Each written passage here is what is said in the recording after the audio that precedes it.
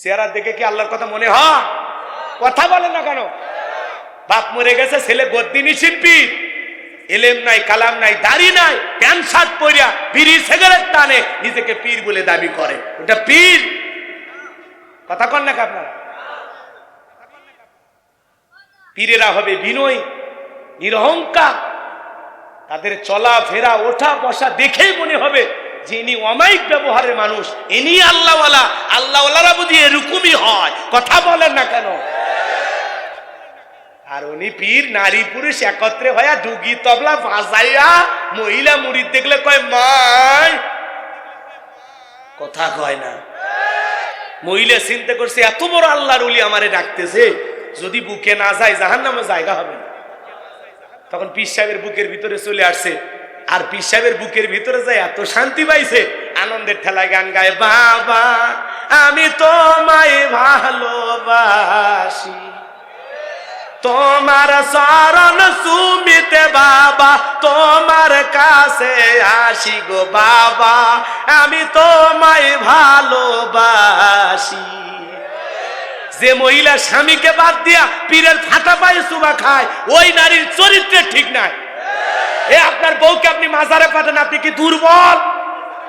আপনার বউকে বলবেন আমি তোর পীর, পছন্দ হয় না? আমি তোর পীর। ফাতেমা, খাতিজা, আসিয়া, মারিয়ম, রহিমা, হাজেরা, রাবিয়া বস্রী, এদের জীবনীগুলো কিনে দেবে। যেগুলো বই পড়, এগুলো জান্নাতি নারী, এগুলো বই পড়, এভাবে জীবন গড়, তারপরে মর, জান্নাতের রাস্তা ধর। আপনি মাজারে পীর সাহেবের কাছে পাঠান সন্তান চাওয়ার জন্য, ছেলে মেয়ে দেওয়ার মালিককে চাইতে হবে কার কাছে? ইব্রাহিম খলিলুল্লাহকে ৮৬ বছর বয়সে সন্তান দিয়েছেন কে? এই যে ময়মনসিংহের এক চাচা ৭৫ বছর বয়সে বিয়ে করছে, তাও আল্লাহ বাচ্চা দিয়েছে। কথা কয় না। সন্তান দেওয়ার মালিক কে? সূরা সূরার ভিতরে আল্লাহ পাক বলেছেন, কাউকে আমি ছেলে দেই, কাউকে মেয়ে দেই, কাউকে ছেলে মেয়ে উভয়টা দান করি, আবার কাউকে না দিয়ে বন্ধা বানায় রাখি। আল্লাহ যদি দিয়ে খুশি হয় আপনি নিয়ে খুশি, আল্লাহ যদি না দিয়ে খুশি হয় আপনি না পেয়ে খুশি থাকেন। বাড়াবাড়ি করা ঠিক না। কথা কয় না? ফাইদা ফারাগাতা ফানসাব ওয়া ইলা রাব্বিকা ফারাগাব। বান্দারে যখন নিঃস্ব অসহায় দুর্বল হইবা, শূন্য হাতটা আমি আল্লাহর দিকে পেতে ধরো, তোমার শূন্য হাতটা আমি আল্লাহ পূর্ণ বানায় ফেরায় দেব। সুবহানাল্লাহ। আর ভণ্ডদের কাছে যায়, আজে বাজে গান গায় আর আনন্দের ঠেলা লাফায়। আমাদের যে আনন্দটা ভাব আছে যাত্রা গান দেখলে, কথা কয় না কেন? এক চাচা বাড়ি, আমি তো অবাক হয়ে গেলাম। হাজি মানুষ হজ করে আসছে, নাতনির বিয়ে, ওই ঝোঁক সামলাবার পারেনি। ঝোঁক সামলান বোঝে তো, মানে বিয়ের যে বক্স বাজেছে, গান হচ্ছে, চাচার ওই ঝাঁকি সামলাবার পারেনি। চাচাও নাগিন নাগিন ড্রেস দিচ্ছে। হাই রে চাচা, হাজি মানুষ হজ করে কয় নাগিন নাগিন নাগিন। তুই কবর ঢক উঠিও নাগিন রেডি হয়ে আছে, জায়গা মতো সবল মারবি। কথা কন ঠিক কিনা? আপনি হাজি মানুষ, আপনার ছেলে মেয়ের বিয়ের বাড়িতে গান বাজে, আপনার বেঁচে থাকার কি দরকার? আপনি কেমনি হজ করছেন? আপনার হজ কি ঢাকার এয়ারপোর্ট পার হচ্ছে? কথা কয় নাকি? আপনি হাজি, আপনার নাতিপুতির বাড়িতে বিয়ে শাদী হয়, সে জায়গায় গান হয়, আপনার হজ কি বিমানবন্দর পার হয়েছে? ইমাম সাহেব যারা আছেন জুমার খুতবায় ডাইরেক্ট বলে দেবেন, যেই বিয়ের বাড়িতে গান বাজনা হবে, মুসলমান হয়ে থাকলে ওই বিয়ের বাড়িতে যাওয়া, খাওয়া, দাওয়াত, বিয়ে পড়ান সব বন্ধ। দেখি তো ওই শালা কোন হুজুরত দিয়ে বিয়ে পড়ায়। কথা কন ঠিক কিনা? আপনারা মুসলমান না? গান বাজনা জায়েজ না হারাম? আপনি ইয়ারফোন দিয়ে শোনেন, নিজে একা গুনাহ করেন, কোনো সমস্যা নাই। বক্স ভাড়া করে পুরো গ্রামের লোক গান শোনার চুক্তি দেওয়া আছে আপনার, যে আমরা গান শুনবো, তোরা বাজা। বক্স ভাঙ্গে ফেলে, আর বক্সে বাড়ি রাখে, তোর মাথা রাখি বাড়ি। শয়তান ছেলে, বিয়ে করবি কর, তো গান বাজান লাগবি কে? এক কথা কর না। খালি মসজিদ কমিটি বসে থাকলে হবে না, মসজিদের হিসাব নিকেশ। জি, আমাদের এই বছরে মসজিদের যথেষ্ট দান করেছেন। আলহামদুলিল্লাহ, আপনাদের দোয়ায় মসজিদের দ্বিতীয় তলার কাজ ভালো মতো চলিতেছে। আগামীতেও বেশি করে দান করবেন। আপনাদের এই দানের ধারা যেন অব্যাহত থাকে। আপনার এই দান আপনাকে জান্নাতে নিয়ে যাবে। কথা কয় না, আমি এমনি বললাম, আপনারা রাগ করতেছেন। এই যে ভালো কথা, তা আপনি মসজিদের সভাপতি, সেক্রেটারি, এটা মসজিদের দায়িত্বশীল কমিটি, আপনারা বলতে পারেন না যে আমাদের এই মহল্লায় বিয়ে শাদীতে কোনো গান হবে না, কোনো গীত হবে না, কোনো ডিজে পার্টি হবে না, কোনো হলুদ উৎসব হবে না, কোনো মেহেদি উৎসব হবে না। ভালো হন, ভালো কাজের দায়িত্ব নেন। কুনতুম খায়রা উম্মাতিন উখরিজাত লিন-নাস তা'মুরুনা বিল মা'রুফ ওয়া তানহাউনা আনিল মুনকার। আল্লাহ বলেন, উত্তম জাতি বানাইলাম, ভিআইপি বানাইলাম, মর্যাদার আসনে বসাইলাম, শ্রেষ্ঠত্বের জায়গায় নিয়ে গেলাম। দুইটা কাজ করবা বান্দা, দুইটা কাজ। তা'মুরুনা বিল মা'রুফ, সৎ কাজের আদেশ দিবা। কথা কয় না, সৎ কাজের দিকে ডাকবা, কল্যাণের দিকে ডাকবা। আনিল মুনকার, অসৎ কাজ থেকে মানুষকে বিরত রাখবা। গুনাহ করতে দিবা না, নিজেও গুনাহ করবা না, মানুষকেও করতে দিবা না। ভালো কাজ নিজেও করব, মানুষকেও ভালো কাজের দিকে ডাকবো। নিজেও গুনাহ করব না, কাউকে করতেও দিব না। আমার মসজিদে জানতো বিয়ে খালি গান বাজাবার কইতো, 14 গোষ্ঠীর বিয়ের স্বাদ মিটে দেব। কথা কয় না, আমি এক জায়গায় 2-3 বার ওয়াজ করছি মসজিদে, খবরদার গান, এক বিয়ের বাড়িতে কি গান বাজতেছে, ওই দিনই ইমামতি ছেড়ে চলে আসছে। তোদের ভালো করা যাবে না, 3 জুমায় গান বাজনা নিয়ে ওয়াজ করছি, তারপর তোরা গান বন্ধ করলি না, তোদেরকে মানুষ বানাইতে পারলাম না, আমি চলে আসছি। তারপর এবার থেকে ওই এলাকায় গান বন্ধ হয়ে গেছে। আলহামদুলিল্লাহ। চলেন, এ যুবক ঘুমাইছো নাকি? কথা মনে আছে? লিল্লাহে তাকবীর। তাহলে হক্কানি আল্লাহওয়ালা যেখানে, জোরে জোরে, হক্কানি আল্লাহওয়ালা যেখানে, ভণ্ড পীর যেখানে, যারা নারী পুরুষ একত্রে হয়ে জিকির করে, লাফালাফি করে, ডুকি তবলা বাজায়, এরা পীর হতে পারে? খবরদার। এই এক মাহফিলে কয়টা কইবে?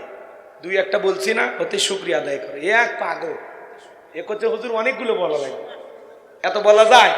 বিরক্ত হবেন, তাই না ভাই? আচ্ছা, এদিক খেয়াল করেন বাজান, অনেক কথা বলার আছে, লম্বা করা যাবে না। লেখা আছে পবিত্র ওরস শরীফ মাহফিল, ওখানে মহিলা শিল্পী যায়া গান গাইতেছে, তালা খুলে দে বাসা ভাই, তালা খুলে দে। রাত 2টা বাজে তালা খুলবে, তার মানে কি? ভণ্ডামি আছে না নাই? যে ওরস শরীফ পবিত্র নাম দিয়া ওই জায়গায় মহিলা নিয়ে যা গান বাজনা হয়, উদাসী শারমিনের মতো মহিলা যায় আর ডুগি তবলা বাজায়, চুল খুইলা খোপা খুইলা মাইক্রোফোন হাতে নিয়ে টাকা কালেকশন করে আর গান গায়, এটা কোনোদিন মুসলমানের কাজ হতে পারে না। কথা বলেন ঠিক কিনা? আল্লাহ আমাদের হেদায়েত দান করুক। জোরে বলুন আমিন, আরো জোরে বলুন আমিন। আমার ভাইয়েরা, ভণ্ড পীরদের কাছে আমরা যাব না, আমরা হক্কানি আল্লাহওয়ালাদের সহবতে থাকবো, আল্লাহওয়ালাদের কাছ থেকে ইলম শিখবো, জ্ঞান চর্চা করব, আমল শিখবো। কথা বলেন ঠিক কিনা? আল্লাহ আমাদের সঠিক বুঝ দান করুন। জোরে বলুন আমিন। তাহলে হক্কানি আল্লাহওয়ালাদের বিরুদ্ধে আমার একটাও বক্তব্য নাই। আমি হক্কানি আল্লাহওয়ালাদেরকে শ্রদ্ধা করি, সম্মান করি, ভক্তি করি, ভালোবাসি, কিন্তু ভণ্ড পীরদেরকে আমি ভালোবাসি না। যাদের দরবারে শিরিক হয়, বেদাত হয়, মাজারে সিজদা দেয়, পীরের পায়ে সিজদা দেয়, এমন ভণ্ডদের সাথে আমাদের কোনো সম্পর্ক থাকতে পারে? কথা বোঝা গেল? এতটুকুতেই শান্ত থাকেন, সামনের দিকে যায়, কথা অনেক বাকি আছে। বাদশা ডেকে বলে, শোনো, তোমরা নাকি গায়েব জানো, গায়েবের খবর যদি না দিতে পারো, 7 দিনের আলটিমেটাম দিলাম, এই 7 দিনের মধ্যে যদি স্বপ্নে কি দেখেছি সেই কথা না বলতে পারো, স্বপ্নের ব্যাখ্যা না বলতে পারো, 7 দিন পরে আমি তোমাদেরকে ফাঁসি দিয়ে মারব। অপরাধ কি জনগণের? কার? বাদশা স্বপ্ন দেখেছে, বাদশার স্বপ্নের ব্যাখ্যা জানলে না জানলে বাদশার ক্ষতি লাভ হবে, জনগণের তো এখানে লাভ ক্ষতি নাই, তাহলে জনগণকে ফাঁসি দিতে চাই কেন? তার মানে জালেমদের কাছে কোনো অপরাধ করা লাগে না, জালেমেরা নিরপরাধ মানুষকেও ফাঁসির দড়িতে জড়াইতে পারে, আবার অপরাধীকেও অবাধে ছেড়ে দিতে পারে। কথা বলেন ঠিক কিনা? আজকে দেখেন না, ক্ষমতা টাকা যেই দিকে রায় সেদিকে, আর তুমি দুর্বল, তোমার দেখার কেউ নাই, পাশে দাঁড়ানোর কেউ নাই, কলে মার ধর। কথা কন না কে? গরিবের ছেলে যদি অকাম বদকাম করে, মসজিদের ইমাম সাহেব পর্যন্ত বলে কি করছে, কয় হুজুর জানেন না অমুক গরিবের ছেলেটা করছে, কয় গাছের সাথে বান্ধ ধরো, 80টা দৌড়া মারো, 100টা দৌড়া মারো। পরে যখন বলেছে হুজুর 3 দিন বা 7 দিন পরে, আপনি তো জানেন না মসজিদের সভাপতির ছেলেটা কতক্ষণ বলছে, তখন বলে হুজুর এখন কি ফতুয়া দিবি, অরিজিনাল কথা বললে তো ইমামতি চলে যাবি। কথা কন ঠিক কিনা? এজন্য দুর্বলদের উপর সবলদের অত্যাচার, নির্যাতন, জুলুম চলতেছে, কিন্তু মনে রাখবেন নির্যাতন জুলুম সহ্য করতে করতে দুর্বলেরা যখন ঘুরে দাঁড়াবে, সেদিন আর ওদের চিহ্ন খুঁজে পাওয়া যাবে না, ওরা সেদিন পালানোর গর্ত খুঁজে পাবে না। কথা বলে ঠিক কিনা? এই যে গাজায় 4 দিনের যুদ্ধবিরতি, আলহামদুলিল্লাহ ইসরায়েলি ইহুদিদের সেনাদের ট্যাঙ্কগুলো বিদায় নিয়েছে, আর ত্রাণের ট্রাকগুলো ঢুকতেছে, আলহামদুলিল্লাহ। আমরা চাই 4 দিনের বিরতি নয়, এটা যেন সারা জীবনের বিরতি হয়, আর একজন ফিলিস্তিনের মুসলমানের রক্ত ঝরুক, এটা আমরা চাই না। কথা বলেন ঠিক কি না? ফিলিস্তিনি মুসলমানদের রক্ত ঝরে, এ বাজান গো আমার, মুসলমানদের প্রথম কেবলা, পৃথিবীর দ্বিতীয় মসজিদ, সম্মানের দিক দিয়ে তৃতীয় মসজিদ, যেই মসজিদ থেকে রাসূলের মেরাজ শুরু হয়েছিল, মসজিদুল আকসা, এটা আজকে জালেমেরা দখল করেছে। আমরা চাই এই জালেমদেরকে পরাজিত করে আমরা আমাদের কেবলাকে রক্ষা করব। কথা বলেন ঠিক কি না? আল্লাহ মুসলমানদেরকে শক্তি দান করুন, আল্লাহ মুসলমানদের বিজয় দান করুন, আল্লাহ মুসলমানদের জন্য সাহায্য নাজিল করুন। জোরে বলুন আমিন। চলেন বাজান সামনের দিকে যাই। এইবার জেলার জেলখানা দিয়ে ঘুরতেছে, নবী দানিয়েল দেখে বলে জেলার দেখে মনে হয় টেনশনে আসো, কয় টেনশনে থাকবো না, বাদশা স্বপ্ন দেখেছে, স্বপ্নের কথা বলতে যাবে, স্বপ্নের কথা ভুলে গেলেন। তখন জনগণকে ডেকে বলে 7 দিনের মধ্যে বাদশা কি স্বপ্ন দেখেছে সেই স্বপ্নের কথাও বলতে হবে, স্বপ্নের ব্যাখ্যাও বলতে হবে, না হলে বাদশা 7 দিন পরে সবাইকে ফাঁসিতে চড়াবে, শুলিতে চড়াবে। এই কথা শোনার পর নবী দানিয়েল ডেকে বলে যাও যাও, তোমার বাদশার কানে খবর পৌঁছায়া দাও, তোমার বাদশা স্বপ্নে যা দেখেছে স্বপ্নের কথাও আমার জানা আছে, স্বপ্নের ব্যাখ্যাও আমার জানা আছে। মারহাবা কোন? এবার জেলার মারছে দৌড়, যা বলে ও বাদশা আর চিন্তা করা যাবে না, জেলখানা একটা কয়েদি আছে, ওই ছেলেটা আপনার স্বপ্নের কথাও জানে, স্বপ্নের ব্যাখ্যাও জানে। এইবার জালেম বাদশা বকতে নাসর ডেকে বলে বাজান কই, বাজানকে আমার কাছে নিয়ে আসো। আল্লাহু আকবার। ঠেলার নাম বাবাজি। এইবার জেলার যায়া নবী দানিয়েলকে ডেকে বলে আমাদের বাদশা আপনাকে ডেকেছে, চলেন। নবী দানিয়েল ডেকে বলে শোনো, আমার একটা শর্ত আছে, আমার 70,000 উম্মতকে গ্রেফতার করা হয়েছে, ওদেরকে একে একে করে জেলখানা থেকে বের করে দাও, সবার শেষে আমি বের হব। নবীরা হলো পৃথিবীর আদর্শ নেতা, সুবহানাল্লাহ বলেন। নবীদের চাইতে উত্তম আখলাকালা মানুষ দুনিয়ার জমিনে হতে পারে? উম্মতদের কতটা ভালোবাসতেন, দেখে বলে আমার উম্মতদেরকে আগে জেলখানা থেকে বের করে দাও, সবার শেষে আমি বের হব। এজন্য নবীদের মতো আদর্শ যাদের ভিতরে থাকবে তাদের পিছনে স্লোগান দেওয়া লাগবে। যাত্রার পিছনে লাফায়েন না, নেতা পাইছে 1 খান ট্যাবলেট খান, ট্যাবলেট খান, ট্যাবলেট খান যেখানে, আমরা আছি সেখানে, ট্যাবলেট খান গেছে কবরে, তোমরা কেন ওপরে? যাত্রার পিছনে স্লোগান দিতে গিয়ে মিছিল করতে গেছেন, টাঙ্গাইলের পুলিশ আপনাকে ধরে গ্রেফতার করে নিয়ে গেল, নেতা সহ 100 জন কর্মী জেলখানায়। নেতার তো মামু খালু টাকার অভাব নাই, সকালে জেলখানায় যায়, বিকেল বেলা বের হয়। কিন্তু আপনি গরিব মানুষ, রিক্সা চালান, কৃষিক্ষেত্রে কাজ করেন, একদিন যদি রোজগার না করেন আপনার বাড়ির চুলায় আগুন জ্বলে না। এখন আপনি যদি জেলখানায় মাসের পর মাস থাকেন, আপনার পরিবারের কি অবস্থা হবে? কথা বলেন। যে নেতা আপনার সুখে কাঁদবে, ভালো করে বলেন, আপনার দুঃখে কাঁদবে, আপনিও সেই নেতার দুঃখে কাঁদবেন। যে নেতা আপনার সুখে হাসবে, আপনিও সেই নেতার সুখে হাসবেন। যে নেতা আপনার জন্য জীবন দিতে রাজি, আপনিও তার জন্য জীবন দিতে রাজি থাকেন। আপনি বিপদে পড়লে যে নেতা আপনার পরিবারের পাশে দাঁড়াবে, কথা বলেন ঠিক কিনা? কথা বোঝেন নাই? আপনার বাড়িতে বাজার পাঠায় দেবে, আপনার জমিতে ক্ষেতের ফসল থাকলে ধানগুলো কেটে কেটে আপনার বাড়িতে পৌঁছায় দেবে, আপনার ছেলেমেয়ের স্কুলে যাতায়াতের টাকার ব্যবস্থা করবে। এমন দল, এমন নেতার পিছনে অনুসরণ অনুকরণ করা লাগবে। কথাকে বোঝা গেল? তাছাড়া বিপদ, যাত্রার পিছনে লাফাইন না, বুঝে শুনে লাফান। কথা কি বোঝা গেল? হ্যাঁ, ফাও ফাও লাফাইয়া কোনো লাভ নাই। যে আপনার বিপদে পাশে দাঁড়াবে, আপনিও তার বিপদে পাশে দাঁড়াবেন। কিন্তু আপনাকে বিপদে ফেলে যে নেতা ভেগে যাবে, কথা বলেন না কেন? এমন নেতার পিছনে স্লোগান দিয়ে আপনার আমার কোনো লাভ হবে না। এজন্য যা করবেন বুঝে করেন, ভাববে চিন্তা ভাবনা করে করেন। আল্লাহ বুঝ দান করো, জোরে বলুন আমিন। আমার ভাইয়েরা, যে কথা বলতে চাচ্ছিলাম বাজান, এইবার জেলার যায় বলে, ও বাদশাহ, আপনার স্বপ্নের কথা আর স্বপ্নের ব্যাখ্যা যে জেলখানার আসামি জানে, তার একটা শর্ত, তার ৭০,০০০ লোককে গ্রেফতার করা হয়েছে, তাদেরকে ছেড়ে দিলে তারপরে শেষে বের হবে। বলে ওই বাজান যদি বলে এই জেলখানা কেন, পৃথিবীর সমস্ত জেলখানার আসামি ছেড়ে দিতে রাজি। বাজান যা বলে তুমি তাই করো, জোরে বলেন মারহাবা। এইবার জেলার যায়া দেখে বলে, দানিয়েল তোমার কথাই রাজি। এইবার পয়গম্বরের ৭০,০০০ উম্মতকে জেলখানা থেকে মুক্ত করে দেওয়া হলো, বলেন সুবহানাল্লাহ। এইবার নবী দানিয়েল সবার শেষে বের হলেন। এইবার বাদশার দরবারে প্রবেশ করবেন। ওই জালেম বাদশার দরবারে প্রবেশের নিয়ম হলো বাজার, যত মানুষ বাদশার দরবারে প্রবেশ করবে মাথা নত করে প্রবেশ করতে হয়, বাদশাকে সিজদা দেওয়ার মতো মাথাটা নত করতে হয়। নবী মানুষ কি কোনো জালেমের মাথা নত করতে পারে? কোন জালেমের কাছে মাথা নত করতে পারে? পয়গাম্বার মাথা নত করলেন না, দেহটাকে আটো সাটো করে পয়গাম্বার প্রবেশ করলেন। বলেন আল্লাহু আকবার।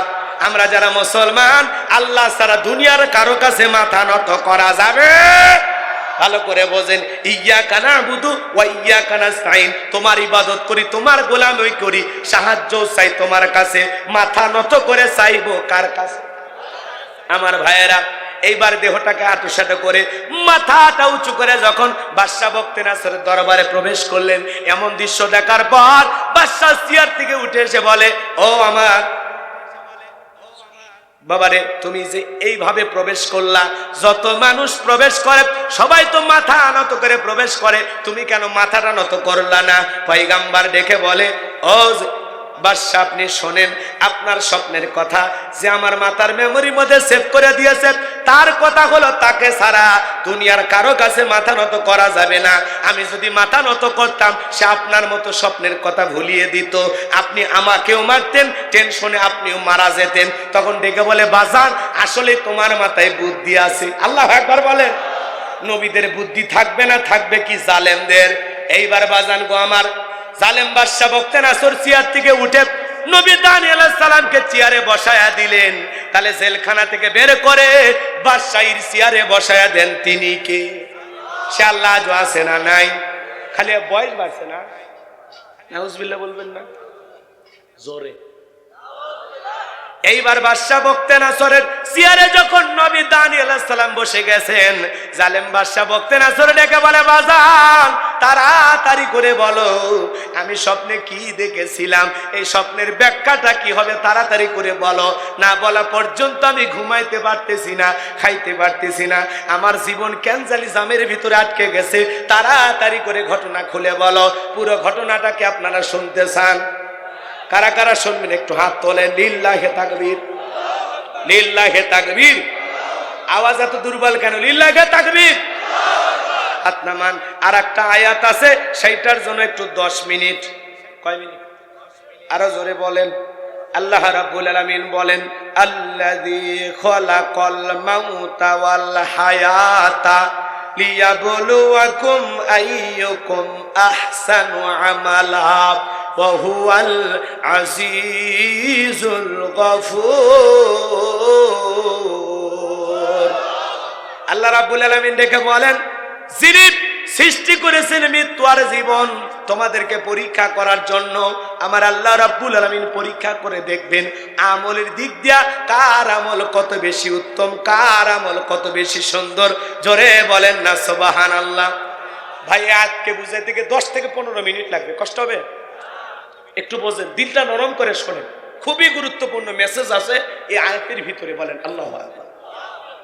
আমার ভাইয়েরা, আল্লাহ রাব্বুল আলামিন বলেন আল্লাযী খলাকাল মাউতা ওয়াল হায়াতা, যিনি সৃষ্টি করেছেন মৃত্যু আর জীবন।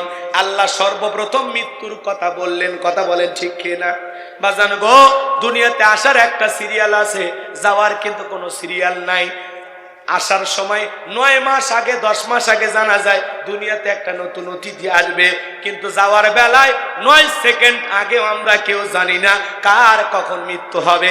কুল্লু নাফসিন যায়কাতুল মাউত, প্রত্যেক প্রাণীকে মৃত্যুর স্বাদ গ্রহণ করা লাগবে। বাজান গো আমার, ভালো করে বোঝার চেষ্টা করবেন, এই মৃত্যুর স্বাদ হলো 2 প্রকারের। মিষ্টি খাইলে মিঠা লাগে, নিম পাতা খাইলে তিতা লাগে, কথা বলেন ঠিক কিনা? যারা ইমানদার, আল্লাহর খাঁটি মুমিন বান্দা, তারা যখন মৃত্যুবরণ করবে, মায়ের কোলে দুধ পান করতে করতে শিশুটা যেমন ঘুমের মধ্যে চলে যায়, যারা ইমানদার নেককার বান্দা হবে তারা এরকম ভাবে দুনিয়ার বুক থেকে বিদায় নেবে। মায়ের কোলে সন্তান যখন ঘুমের মধ্যে চলে যায় টের পায় না, ইমানদার দুনিয়ার থেকে বিদায় নেবে, ইমানদারও তেমন কোনো কষ্ট হবে না। জোরে বলেন সুবহানাল্লাহ। মৃত্যু আসবেই, মৃত্যু অবধারিত, মৃত্যু হবে, এটাই চিরসত্য কথা। বেঁচে আসি এটাই হলো অস্বাভাবিক, মৃত্যু হবে এটাই হলো স্বাভাবিক বিষয়। হিন্দুরা পর্যন্ত বিশ্বাস করে মৃত্যু হবে, কথা বলে না কেন? অমুসলিম সবাই বিশ্বাস করে মৃত্যু হবে। বাজান গো আমার, মৃত্যু যে হবে এটা সকল জাতির মানুষ বিশ্বাস করে। গভীর মনোযোগ দিয়ে শুনবেন, দুনিয়াতে দাদা আসছে, দাদার পরে বাবা আসছে, বাবার পরে আমি আসলাম, আমার পরে আমার সন্তানের আসলো, কিন্তু যাওয়ার বেলায় দাদার আগে নাতি চলে যায়, বাবার আগে সন্তান চলে যায়, বাবার কাঁধে সন্তানের লাশ। এর চাইতে ভারী বোঝা দুনিয়ার জমিনে আর কিছুই হতে পারে না। যুবক রে, সবাইকে মৃত্যুবরণ করতে হবে, দুনিয়া চিরদিন থাকার জায়গা না। আল্লাহ রাব্বুল আলামিন বলেন আইনামা তাকুনু ইদরিকুমুল মাউতু ওয়ালাউ কুনতুম ফি বুরুজিম মুশাইয়াদা, সূরা নিসার 78 নাম্বার আয়াত। আল্লাহ ডেকে বলেন যেখানে থাকো, যে অবস্থায় থাকো, মৃত্যু তোমাদেরকে ধরবেই, মৃত্যু থেকে পালানোর কোনো রাস্তা খোলা নাই। যুবক রে, এ যুবক, কার কখন মৃত্যু হবে আমরা কেউ জানি না। নবী মুসা আলাইহিস সালামকে জিজ্ঞাসা করা হয়েছিল আপনার কাছে মৃত্যুর যন্ত্রণা কেমন মনে হয়? নবী মুসা ডেকে বলেন জ্যান্ত ছাগলের গা থেকে চামড়া খসাইলে ছাগলের যেমন কষ্ট হয়, মৃত্যুর যন্ত্রণা আমার কাছে তেমনি কষ্টকর মনে হয়েছে। তাহলে মৃত্যুর যন্ত্রণা কত ভয়ঙ্কর, কত কঠিন। দেখেন না বাজান, মৃত্যু যখন সামনে চলে আসে মানুষ চোখগুলো বড় বড় করে, জিহ্বা বের করে, আজে বাজে ভাষায় গালি দেয়। কত মানুষ মরার 6 মাস আগে জবান বন্ধ হয়ে যায়, জানটা যখন কবে হয় পেশাব পায়খানা করে দেয়, সন্তানেরা শরবত গুলে মুখের ভিতরে দেয়, খাওয়ার শক্তি থাকে না, গালসি বেয়ে বেয়ে পড়ে যায়।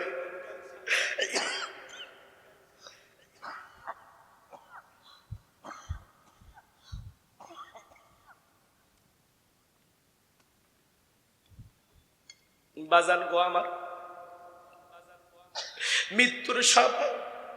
মৃত্যুর সাথ সবাইকে ভোগ করা লাগবে। মৃত্যুর যন্ত্রণা বড় কঠিন। আমার নবীর ইন্তিকালের সময় কেমন হয়েছিল? এ নবীর উম্মতেরা, 2টা মিনিট গুনাহগারের কথাগুলো শুনে যা, দিলটা নরম করে যুবকরা শোনো। নবীজি আমার অসুস্থ, হযরত ফাতিমা নবীজির অবস্থা দেখে অঝরে চোখের পানি ছেড়ে দিয়া কান্না করে। বিশ্ব নবী ফাতেমার কান্না সহ্য করতে পারলেন না, ডেকে বলে ফাতেমা এসো মা এসো, তোমার কানটা আমার মুখের কাছে লাগাইয়া দাও। নবী ফিসফিস করে কি যেন বললেন, হযরত ফাতিমার কান্না বন্ধ হয়ে গেল। আম্মা জান আয়েশা জিজ্ঞাসা করে, ও আমার মেয়ে, তোমার আব্বাজান কি এমন কথা বলেছে যার কারণে তোমার কান্না বন্ধ হয়ে গেল? হযরতে ফাতেমা ডেকে বলেন, মা, আমার বাবা আমাকে বলেছেন বাবার বিদায়ের পরে সর্বপ্রথম বাবার সাথে আমার সাক্ষাৎ হবে। মালাকুল মউত আর জিবরাইল নবীর দরজায় দাঁড়িয়ে আছে। জিবরাইল দরজায় সালাম দিলেন, আসসালামু আলাইকুম ইয়া রাসূলুল্লাহ, ইয়া হাবিবাল্লাহ হুজুর। ও নবী, আজকে আপনার ঘরে প্রবেশের অনুমতি চাই। নবী ডেকে বলে, জিবরাইল কেন অনুমতি চাইতেছো, কি হয়েছে? দেখে বলে, নবী গো, আজকে আমি আসমান থেকে একা আসি নাই, আমার সাথে আর একজন ফেরেশতা আসছেন, তার নাম হলো আজরাইল, মালাকুল মউত। জীবনে কোনোদিন কারো বাড়িতে ঢোকার পারমিশন নেয় না, সেই মালাকুল মউত আপনার অনুমতির অপেক্ষায়। আল্লাহু আকবার। নবী ফাতিমাকে ডেকে বলে, মা দরজাটা খুলে দাও, এইবার দরজা খুলে দেওয়া হলো। জিবরাইল প্রবেশ করলেন, মালাকুল মউত প্রবেশ করলেন। মালাকুল মউত নবীর কাছে যা সালাম দিলেন, আসসালামু আলাইকুম ইয়া রাসূলুল্লাহ, ইয়া হাবিবাল্লাহ। নবী গো, আপনি কেমন আছেন? আল্লাহ তাআলা আমাকে পাঠিয়েছেন আর বলেছেন, আমার বন্ধু যদি অনুমতি দেয়, আমার বন্ধুর জানটা তুমি কবজ করবা। আমার বন্ধু যদি অনুমতি না দেয়, মালাকুল মউত রে, এক সেকেন্ড দেরি করবি না, সঙ্গে সঙ্গে চলে আসবি। আমি আপনার অনুমতির অপেক্ষায়। আপনি ইচ্ছা করলে জমিনে থাকতেও পারেন, আপনি যদি আমাকে যেতে বলেন আমি চলে যাব। আমার নবী ডেকে বলে, মালাকুল মউত রে, এরপরে কি আর কোনোদিন আসবি না? ডেকে বলে, আমার আল্লাহ আবার যেদিন অর্ডার করবেন সেই দিন আসব। তবে নবী যতদিন ইচ্ছা আপনি দুনিয়ার জমিনে থাকতে পারেন। আমার নবী ডেকে বলে, মালাকুল মউত রে, এসেই যখন পড়েছ, তুমি তোমার কাজ করতে পারো, আমি তোমাকে অনুমতি দিলাম।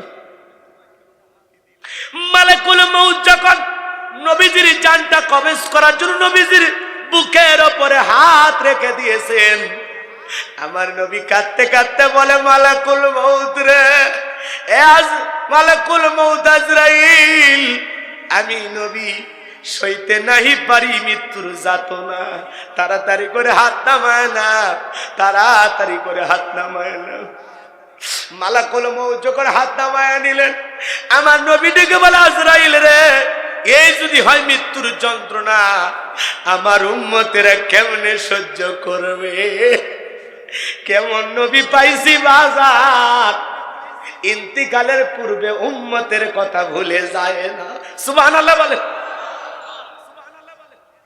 মালাকুল মউত ডেকে বলে, নবী, দুনিয়ার সব চাইতে কম কষ্ট দিয়া আপনার জানটা আজকে আমি বের করতেছি।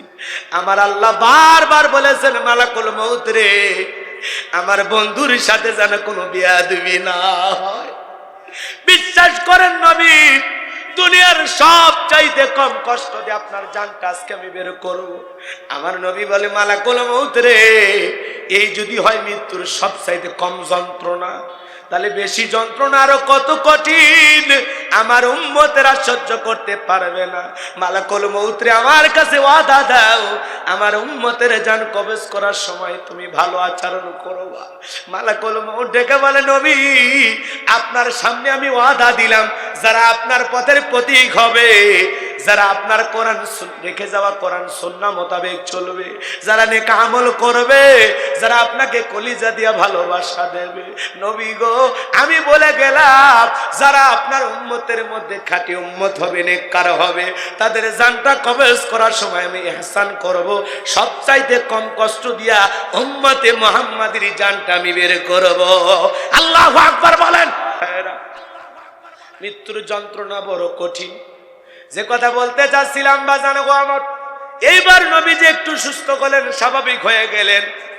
আবার যখন অনুমতি চাইলেন, অনুমতি দেওয়া হলো।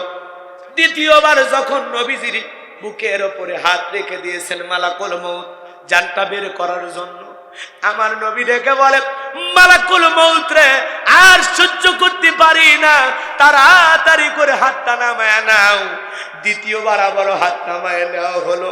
আমার নবী ডেকে বলে, মালাকুল মউত, আমার কাছে মনে হয় পাহাড় আমার বুকের উপরে চেপে দেওয়া হয়েছে। এই মৃত্যুর যন্ত্রণা যদি রাসূলের জন্য এরকম হয়, আপনার আমার মৃত্যুর যন্ত্রণা কত কঠিন হবে।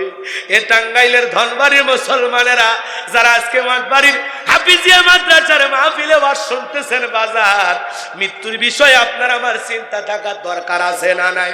আমরা তো সবাই কবর পথের যাত্রী, দুনিয়ার হলো মুসাফির খানা। আজকে আছি কালকে থাকবো না, সবাইকে যেতে হবে। দুনিয়া চিরদিন থাকার জায়গা না, দুনিয়া সবার সাথে বেঈমানি করে বিদায় করে দেবে। এই জন্য আল্লাহ বলেন, আল্লাযী খলাকাল মাউতা ওয়াল হায়াতা, যিনি সৃষ্টি করেছেন মৃত্যু আর জীবন। আল্লাহ সর্বপ্রথম মৃত্যুর কথা কেন বললেন? কারণ রে যুবক, দুনিয়াতে আসার সিরিয়াল আছে, যাওয়ার কিন্তু কোনো সিরিয়াল নাই। মৃত্যু সবার হবে, সবাইকে অন্ধকার কবরে যেতে হবে। যুবক রে, ওই কবর বড় কঠিন জায়গা, কবর বড় কঠিন জায়গা। কবরে তুমি আমি থাকতে পারবো না। আবার নবী বলেন, ক্বালা রাসূলুল্লাহ সাল্লাল্লাহু আলাইহি সাল্লাম, ইন্নামাল কুবুরু রাওযাতুম মিন রিয়াদিল জান্নাহ আও হুফরাতুম মিন হুফারিন নার, রাওয়াহু তিরমিজি। বিশ্বনবী ডেকে বলেন, যে ব্যক্তির আমল ভালো, মৃত্যুর সঙ্গে সঙ্গে আল্লাহ রাব্বুল আলামিন তার কবরটাকে জান্নাতের বাগান বানায় দিবেন। বলুন সুবহানাল্লাহ। আও হুফরাতুম মিন হুফারিন নার, যারা হবে গুনাহগার, যারা গুনাহে অন্ধকার কবরে যাবে, ওই কবরটা হয়ে যাবে তাদের জন্য জাহান্নামের আগুনের গর্ত। বাজান গো আমার, যেই গর্তের গভীরতা কত, একটা পাথর ছেড়ে দিলে 70 বছর লাগে নিচে পড়তে। আল্লাহ না করুক, আল্লাহ না করুক, আপনার আমার গুনাহের কারণে, অপরাধের কারণে আল্লাহ তাআলা বেজার হইয়া যদি ওই গর্তের মুখে ফেলে দেয়, আপনার আমার কিন্তু বাঁচার কোনো উপায় নাই। কথা বলেন ঠিক কি না? ওই জাহান্নামের আগুনের যন্ত্রণা বড় কঠিন, ওই কবরের আযাব আমরা কেউ সহ্য করতে পারবো না, পারবো না। আমার আল্লাহ দেখে বলেন, ফামাইয়ামাল মিসকালা যাররাতিন খায়রান ইয়ারা ওয়া মাইয়ামাল মিসকালা যাররাতিন শাররান ইয়ারা। বান্দারে, যাররা পরিমাণ পরিমাণে যদি নেক আমল করো, ওইটাও তোমার আমল নামায় লিপিবদ্ধ করা হবে। আবার যাররা পরিমাণে যদি বদ আমল করো, ওইটাও তোমার আমল নামায় লিপিবদ্ধ করা হবে। আর যারা গুনাহ নিয়ে অন্ধকার কবরে যাবে, ওই কবরের ডানের মাটি বামে চলে যাবে, বামের মাটি ডানে চলে যাবে। এমন জোরে চাপ দেবে বাজার, এক পাজরের হাড় অন্য পাজরে ঢুকে যাবে। অন্ধ ফেরেশতা চোখে দেখে না, কানে শোনে না, হাতুড়ি দিয়ে আঘাত করবে, দেহটা চূর্ণ বিচূর্ণ হয়ে যাবে। কবরে থাকা বিষাক্ত সাপ একবার যদি সবল মারে, পা থেকে মাথা পর্যন্ত বিষের যন্ত্রণায় দেহটা ঝুলে যাবে। ওই কবর জায়গা ভালো না, কবর জায়গা ভালো না। ওই কবরে আপনাকে আমাকে যেতে হবে। ও মা বোন যারা কষ্ট করে গুনাহগারের বয়ান শুনতেছেন, মা শুনে নেন একটা কথা। নবীর প্রিয়তমা স্ত্রী আম্মা জান খাদিজাতুল কুবরা রাদিয়াল্লাহু তাআলা আনহা, তিনি কবরকে কতটা ভয় করতেন জানেন? একদিন নবীকে ডেকে বলেন, নবী, ও নবী, জীবনে আপনার কাছে কিছুই চাই নাই, কেন জানি কবরের ভয়, মৃত্যুর ভয় বারবার আমাকে কুরে কুরে খায়। না জানি হঠাৎ করে কোন দিন দুনিয়ার থেকে বিদায় নেই। ও নবী গো, আমি আপনার কাছে 3টা জিনিস চাইব। নবী গো, আপনি বলেন আমার এই 3টা চাওয়া পূরণ করবেন কিনা?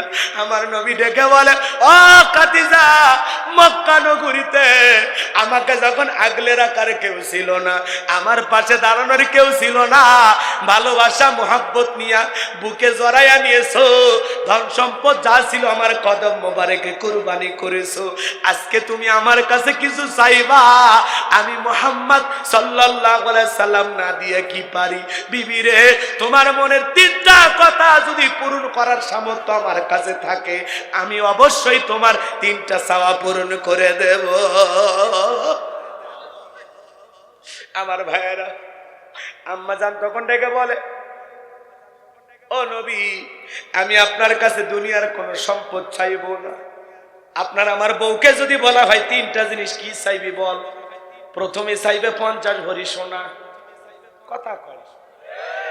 যদি বলেন এরপরে কি চাস, বলে 10 তলা একটা বাড়ি, তাও আমার নামে লিখে দেওয়া লাগবে। এ কথা কর না কে? আপনার দোয়া করব, দোয়া করব, কয়েকটা মিনিট দেবেন তো? শোনেন, মহিলারা আসছে, আম্মাজান খাদিজার কথাগুলো একটু শুনে যান, তাদের কাজে লাগবে। কথা বলেন ঠিক কিনা? একটু শোনেন। এরপরে যদি বলতেন, কয় তোমারে বাদ দিয়ে নতুন একটা স্মার্ট ছেলে চাই, কয় নাকি? কয় তুমি পুরান হয়ে গেছো, চলে না। কথা কয়। এরকম মহিলা অবশ্য বাংলাদেশে না, এটা আফ্রিকার জঙ্গলে থাকে। আল্লাহ হেদায়েত দান করুক, জোরে বলেন আমিন। ডেকে বলেন নবী গো, দুনিয়ার কোনো কিছু আপনার কাছে চাইব না, আমি তিনটা জিনিস আপনার কাছে চাই। ও নবী গো, আমি যেদিন মারা যাব গো নবী, আপনি যেই জুব্বা পরে আল্লাহর আরশে গিয়েছিলেন, সফর করেছিলেন, মেরাজ করেছিলেন, ওই জুব্বাটা আমার কাপড়ের কাপড় বানায় দিবেন। দুনিয়ার কোন দোকানের কাপড়ের কাপড় আমার শরীরে দেবেন না। আল্লাহু আকবার।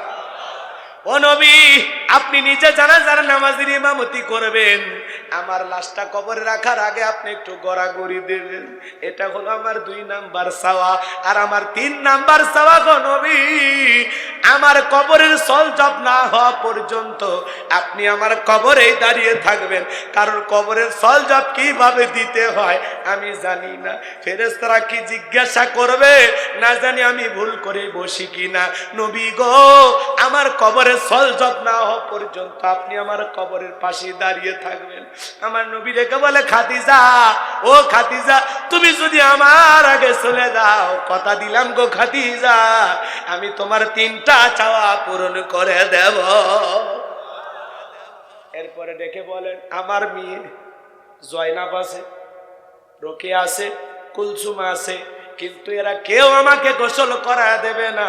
আমার মেয়ে ফাতেমা যেন আমাকে গোসল করায়া দেয়। আল্লাহ পাক।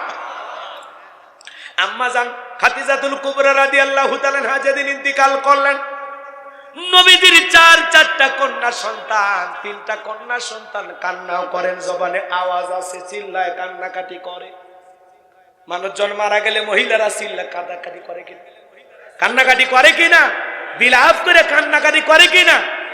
কই বাবা, আমারে খাদ দিবার ছায়া মরে গেছে রে, এখন আমার সোনার খাদকে কিনা দেবে। বড় ভাই তখন ডেকে বলে, বোন কান্দিস না, আব্বা মরে গেছে, কি হয়েছে, খাট আমি কিনে দেব।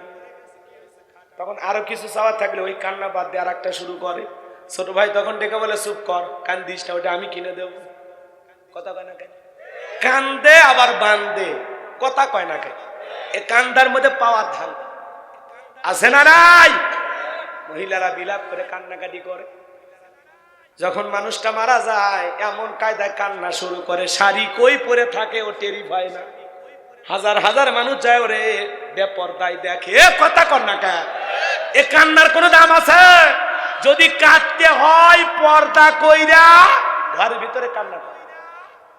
হযরতে ফাতেমা কেমনে কান্না করতেছেন জানেন? নবীজি ডেকে বলেন, ও ফাতেমা, আয় আয় আমার কাছে আয় মা। তোমার 3টা বোন কান্না করে, জবানে আওয়াজ আছে, কান্না করে, তুমি শুধু চোখ দিয়ে পানি ফেলাও মা, তোমার জবানে কোনো আওয়াজ নাই, কাটতে বাধা নাই, কিন্তু জবান দিয়া কোনো আওয়াজ বের করা যাবে না। আপন মানুষ মারা গেছে, কষ্ট লাগবে, শোকে চোখ দিয়ে পানি বের হবে। যদি কান্নাকাটি করা লাগে, যাই নামাজে কাঁদবেন, কোরআন পড়ে কাঁদবেন, তার জন্য দোয়া করে কান্না করবেন। ওই লোক দেখানো কান্না করে কোনো লাভ নাই। আমার বাবা সেদিনই গেছিল রে, আমার হাতের পিঠা খায়া বলে কি যে স্বাদ আছে রে। ওই কান্নাকাটিরই কোনো দাম। কথা কয় না।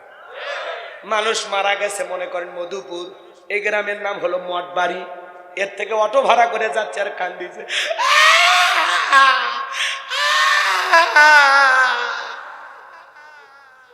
এরকম চিল্লে আছে না নাই? এই পাগলি, তোর এই চিল্লেনের কোন দাম আছে? এই 50 কিলোমিটার যাচ্ছে আর প্রচার করতেছে, একটা মানুষ মরছে। কথা কন ঠিক কি? মা বোনদেরকে কান্নার ব্যাপারে সতর্ক থাকতে হবে। কথা বলে ঠিক কি না? স্বামী মারলে তোমার চোখে পানি আসে না, মার, আরো মা, কোটি মারবো মা। রাগ করতেছেন না বাজান গো আমার? তবে টাঙ্গাইলের মা বোনেরা ভালো, এরা শব্দ করে কান্না করে না, এরা খুবই ভালো। আল্লাহ মা বোনদের হেদায়েত দান করুক। জোরে বলুন আমিন। আরো জোরে বলুন আমিন। কথা মানে কথা অনেক বলা যায়, কিন্তু রাতে 1টা বেজে গেছে, আপনাদের কথা পূরণ হয়ে গেছে। এখন দোয়া দেই। পিসাব হুজুর আছে, দোয়া করবেন। হুজুর আপনি দোয়া করবেন।